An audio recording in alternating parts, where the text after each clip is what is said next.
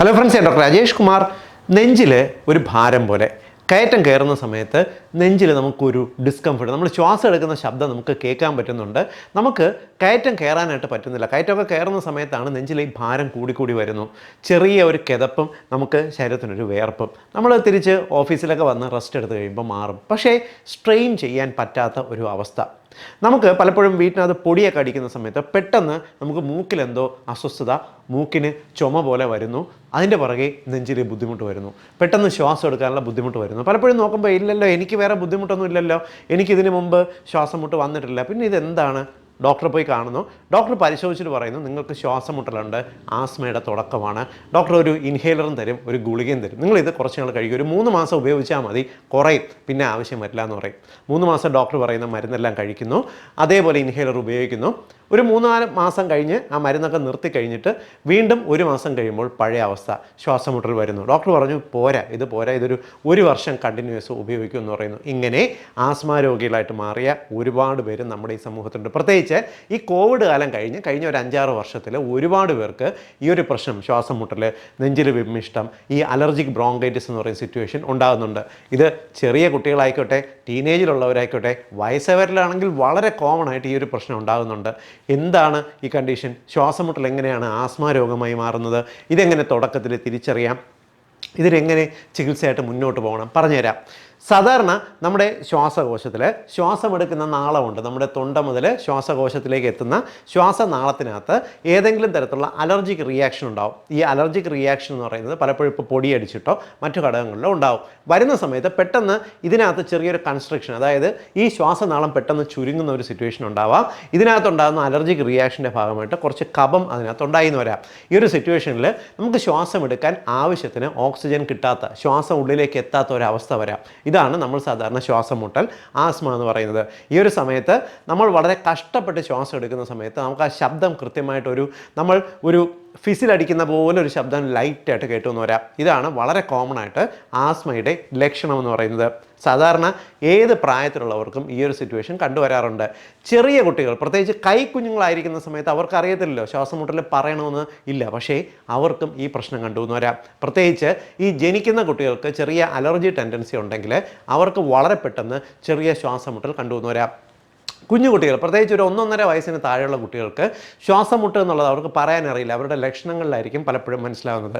കുഞ്ഞു കുട്ടികളുടെ പ്രത്യേകത എന്ന് പറയുന്നത്, അവർ ഇപ്പോൾ നമ്മൾ കിടക്കുന്ന സമയത്ത് വരുന്ന വിട്ടുമാറാത്ത ചുമ, ഇതാണ് അവർക്ക് പ്രത്യേകിച്ച് കാണുന്ന ലക്ഷണം. പ്രത്യേകിച്ച് അവർക്ക് എന്തെങ്കിലും ഒരു ജലദോഷം വരുന്നു, ചെറിയ മൂക്കടപ്പ് വരുന്നു, മൂക്കടപ്പ് വന്ന് 1 ദിവസം കഴിയുമ്പോൾ തന്നെ ശക്തമായ ചുമ, അതായത് ശ്വാസം മുട്ടൽ പോലെ നിങ്ങൾക്ക് ഫീൽ ചെയ്തില്ലെങ്കിൽ പോലും വിട്ടുമാറാത്ത ചുമ കാണുന്നുണ്ടെങ്കിൽ അത് പലപ്പോഴും ശ്വാസമുട്ടിൻ്റെ ലക്ഷണമാകാം. പ്രത്യേകിച്ച് ചെറിയ കുട്ടികൾക്ക് പലപ്പോഴും നമ്മൾ ഈ ശ്വാസമുട്ട് എന്ന് പറയുമ്പോഴുള്ള ആ ലക്ഷണമില്ലല്ലോ, കുട്ടികൾക്ക് അങ്ങനെ ഇല്ലല്ലോ എന്ന് വിചാരിക്കുമെങ്കിൽ പോലും വിട്ടുമാറാതെ നിൽക്കുന്ന ഒരു ചുമ, പ്രത്യേകിച്ച് ഒരു സീസണിലുള്ള ഒരു വൈറൽ ഇൻഫെക്ഷൻ്റെ ചുമ പിടിച്ചാൽ 1 ആഴ്ച അല്ലെങ്കിൽ 2 ആഴ്ച, എന്നാൽ ഏത് അസുഖം ചെറുതായിട്ട് വന്നാൽ പോലും പെട്ടെന്ന് ഈ ചുമ വരുന്നു.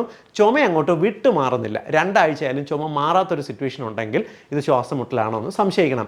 പലപ്പോഴും പകൽ ഓടിക്കൊളിക്കുന്ന കുട്ടികൾക്ക് രാത്രി കിടന്നു കഴിഞ്ഞാൽ വിട്ടുമാറാതെ തൊണ്ട കുത്തി ചുമയോട് ചുമ, അത് കഴിഞ്ഞ് ചുമച്ച് കുറച്ച് കഫം, നൂല് പോലെ കുറച്ച് കഫം ഛർദ്ദിച്ച് കഴിഞ്ഞാൽ പിന്നെ കുട്ടി സമാധാനമായിട്ട് കിടന്നുറങ്ങും. ഇതും ശ്വാസം മുട്ടൽ ചെറിയ കുട്ടികൾക്ക് തുടങ്ങുന്നതിൻ്റെ ലക്ഷണമാകാം. എന്നാൽ ഒരു 2 വയസ്സ് മുതൽ മുകളിലേക്കുള്ള കുട്ടികളെന്ന് പറയുമ്പോൾ അവർക്ക് ഡിസ്കംഫർട്ട് വരുന്നത് പലപ്പോഴും നമുക്ക് കണ്ടാൽ മനസ്സിലാവും. അങ്ങനത്തെ കുട്ടികൾ സ്കൂളിൽ ഓടിക്കളിക്കുമ്പോൾ കുറച്ച് ഓടിക്കഴിയുമ്പോൾ സാധാരണ കുട്ടികളെക്കാൾ കൂടുതലായിട്ട് ഇവർ വല്ലാണ്ട് കിതച്ചു എന്ന് വരാം. കുറച്ച് ഓടിക്കഴിഞ്ഞാൽ തന്നെ ഇവർക്ക് ഇങ്ങനെ ചുമച്ച് ചിലപ്പോൾ ഓർക്കാനിച്ചു പോലുള്ള ബുദ്ധിമുട്ടുകൾ കണ്ടുവന്ന് വരാം. പകൽ ഓടിക്കളിക്കുന്ന കുട്ടികൾക്ക് വൈകുന്നേരം ആകുന്ന സമയത്ത് അല്ലെങ്കിൽ രാത്രി ആകുന്ന സമയത്ത് ചുമയും ഒരു ഡിസ്കംഫർട്ടും കണ്ടുവന്ന് വരാം. കുട്ടികൾ എഴുന്നേറ്റിരുന്നാലോ ഇല്ലെങ്കിൽ കമഴ്ന്ന് കിടന്നുറങ്ങിയാലോ അവർക്ക് ആ ശ്വാസകോശത്തിൻ്റെ ഇറിറ്റേഷൻ ഇത്തിരി, ആ ചുമ കുറയുകയും കുട്ടികൾ ഉറങ്ങുകയും ചെയ്യും. പ്രത്യേകിച്ച് ഏർലി മോർണിംഗ്, ചില കുട്ടികൾക്ക് ഒരു 12 മണി സമയമായിരിക്കാം, ചില കുട്ടികൾക്ക് ഒരു രാത്രി 2:30 മുതൽ 3 മണി വരെ അല്ലെങ്കിൽ 3:30 വരെയുള്ള സമയത്തായിരിക്കും ഈ ടൈപ്പ് ചുമ കാണുന്നത്. ഇതും ഒരുപക്ഷെ അവർക്ക് ഈ ശ്വാസമുട്ട് ടെൻഡൻസി കാണിക്കുന്ന ആസ്മ രോഗത്തിൻ്റെ തുടക്കത്തിൻ്റെ ലക്ഷണമാകാൻ സാധ്യതയുണ്ട്. ഇനി ശ്വാസമുട്ടലുള്ള കുട്ടികളാണെന്നുണ്ടെങ്കിൽ പലപ്പോഴും ഇത് ഈ മൂക്കടപ്പ് കൊണ്ടുള്ള ഡിസ്കംഫർട്ടാണോ നെഞ്ചിലുള്ള വിമിഷ്ടമാണോ എന്ന് വീട്ടുകാർക്ക് സംശയം തോന്നാം. ശ്വാസം എടുക്കുന്ന സമയത്ത് അവരുടെ തൊണ്ടക്കുഴിയും ശ്വാസനാളവും പ്രത്യേകിച്ച് പെട്ടെന്ന് അവർക്ക് ഉയർന്നു താഴ്ന്നുണ്ടെങ്കിൽ ശ്വാസം മുട്ടിൻ്റെ ലക്ഷണമാകാനുള്ള സാധ്യതയുണ്ട്. പലപ്പോഴും ഈ കുഞ്ഞു കുട്ടികൾക്കല്ല, ഇപ്പോൾ പറയാൻ അറിഞ്ഞൂടാത്ത കുട്ടികൾക്ക് ശ്വാസമുട്ടലാണോ ഇപ്പോൾ മൂക്കിൻ്റെ ആണോ എന്ന് തിരിച്ചറിയാനായിട്ട് കുട്ടികളുടെ മൂക്ക് നമ്മളിങ്ങനെ നടച്ച് പിടിച്ചു കഴിഞ്ഞാൽ കുട്ടികൾ ഓട്ടോമാറ്റിക്കലി വാ തുറക്കും. വാ തുറന്ന് ശ്വാസം എടുക്കുമ്പോൾ കുട്ടികൾക്ക് വലിയ ഡിസ്കംഫർട്ട് ഇല്ല എങ്കിൽ ചിലപ്പോൾ അത് ശ്വാസമുട്ടലാവത്തില്ല. രാത്രി കുട്ടികൾക്ക് മൂക്കടയുന്നതിൻ്റെ ബുദ്ധിമുട്ടാകാനുള്ള സാധ്യതയുണ്ട്. ഇതെല്ലാം പലപ്പോഴും മാതാപിതാക്കളെ വല്ലാണ്ട് അലട്ടുന്ന, ഇത് ശ്വാസമുട്ടലാണോ അല്ലെങ്കിൽ ചുമയാണോ അല്ലെങ്കിൽ ഇനി മൂക്കടഞ്ഞിട്ടാണോ എന്നൊക്കെയുള്ള സംശയം കൊണ്ട് അലട്ടുന്ന ലക്ഷണങ്ങളാണ്. പലപ്പോഴും ഈ ഓടിക്കളിക്കുന്ന കുട്ടികളാണെന്നുണ്ടെങ്കിൽ കുട്ടികൾക്ക് ഈ ചിരിക്കുമ്പോഴോ സംസാരിക്കുമ്പോഴോ അവർ അതിൻ്റെ ഇടയ്ക്ക് ഒരു സെക്കൻഡ് നിർത്തിയിട്ട് ശ്വാസം എടുത്തിട്ട് വീണ്ടും സംസാരിക്കുകയോ ചിരിക്കുകയോ ചെയ്യും. കാരണം കോൺസ്റ്റൻ്റായിട്ട് സംസാരിക്കാനോ ചിരിക്കാനോ അതിൻ്റെ ഇടയ്ക്ക് അവർക്ക് ശ്വാസം എടുക്കാൻ പറ്റാത്ത ഒരു സാഹചര്യം വന്നു എന്ന് വരാം. ഇതെല്ലാം കുഞ്ഞു കുട്ടികൾക്ക് ശ്വാസമുട്ടിൻ്റെ ലക്ഷണമായിട്ട് കണ്ടുവന്ന് വരാം. മുതിർന്നവരുടെ കേസ് എന്ന് പറയുന്നത് പലപ്പോഴും ഈ പണ്ടുള്ളവർ പറയാറുണ്ട് കൊച്ചുകുട്ടികൾക്ക് ശ്വാസമുട്ടലൊക്കെ ഉണ്ടെങ്കിലും സാരമില്ല, അവർക്ക് 12-13 വയസ്സാകുമ്പോൾ മാറും എന്ന് പറയാറുണ്ട്. പലരിലും അങ്ങനെ കാണാറുമുണ്ട്. യഥാർത്ഥത്തിൽ ആ അസുഖം അവരുടെ ശ്വാസമുട്ടൽ അല്ലെങ്കിൽ ആസ്മ ടെൻഡൻസി മാറുന്നതല്ല എന്നുള്ളതാണ് വാസ്തവം. യഥാർത്ഥത്തിൽ സംഭവിക്കുന്നത് കുട്ടികൾ അഡൾട്ട് ആകുന്ന സമയത്ത്, അതായത് കുട്ടികൾക്ക് ഇപ്പോൾ ശരീരത്തിൻ്റെ ഒരു വികാസം ഉണ്ടാകുന്ന, ഇപ്പോൾ ഒരു ടീനേജ് ഒക്കെ സ്റ്റാർട്ട് ചെയ്യുന്ന സമയത്ത് ഒരു 12-13 വയസ്സ്, പെൺകുട്ടികളാണെങ്കിൽ പീരീഡ്സ് ഒക്കെ ആയി തുടങ്ങുന്ന സമയം, ആൺകുട്ടികളാണെങ്കിൽ അവർക്ക് ശബ്ദമൊക്കെ മാറി പെട്ടെന്ന് ഉയരമൊക്കെ വയ്ക്കുന്ന സമയത്ത് അവരുടെ ശ്വാസകോശം പെട്ടെന്നൊന്ന് വികസിക്കുന്ന സമയത്ത് ശ്വാസനാളവും ശ്വാസകോശത്തിനും ആ കൺസ്ട്രക്ഷൻ കൊണ്ടുണ്ടാകുന്ന ബുദ്ധിമുട്ട് കുറയുകയും അവർക്ക് ഈ ശ്വാസമുട്ട് ടെൻഡൻസി കുറഞ്ഞു വരികയും ചെയ്യും. എന്നാൽ ഇതിനകത്തുള്ള പ്രത്യേകത എന്ന് പറയുന്നത് പലപ്പോഴും ഇത്തരത്തിൽ ശ്വാസമുട്ടൽ മാറിയെന്ന് നമ്മൾ വിചാരിക്കുന്ന കുട്ടികൾക്ക് അലർജി ടെൻഡൻസി മാറാതെ നിൽക്കുന്നതാണ്. പ്രത്യേകിച്ച് ഇവർക്ക് രാവിലെ എഴുന്നേൽക്കുമ്പോൾ തുമ്മൽ വിട്ടുമാറാതെ നിൽക്കുന്നു, ഇല്ലെങ്കിൽ ഇടയ്ക്കിടയ്ക്ക് ചുമ വരുന്ന ഒരു ടെൻഡൻസി ഉണ്ടെങ്കിൽ മനസ്സിലാക്കിക്കൊള്ളുക, അവർക്ക് ഈ ആസ്മ രോഗം മാറിയിട്ടില്ല, ആ ടെൻഡൻസി അവരുടെ ശരീരത്തിലുണ്ട്.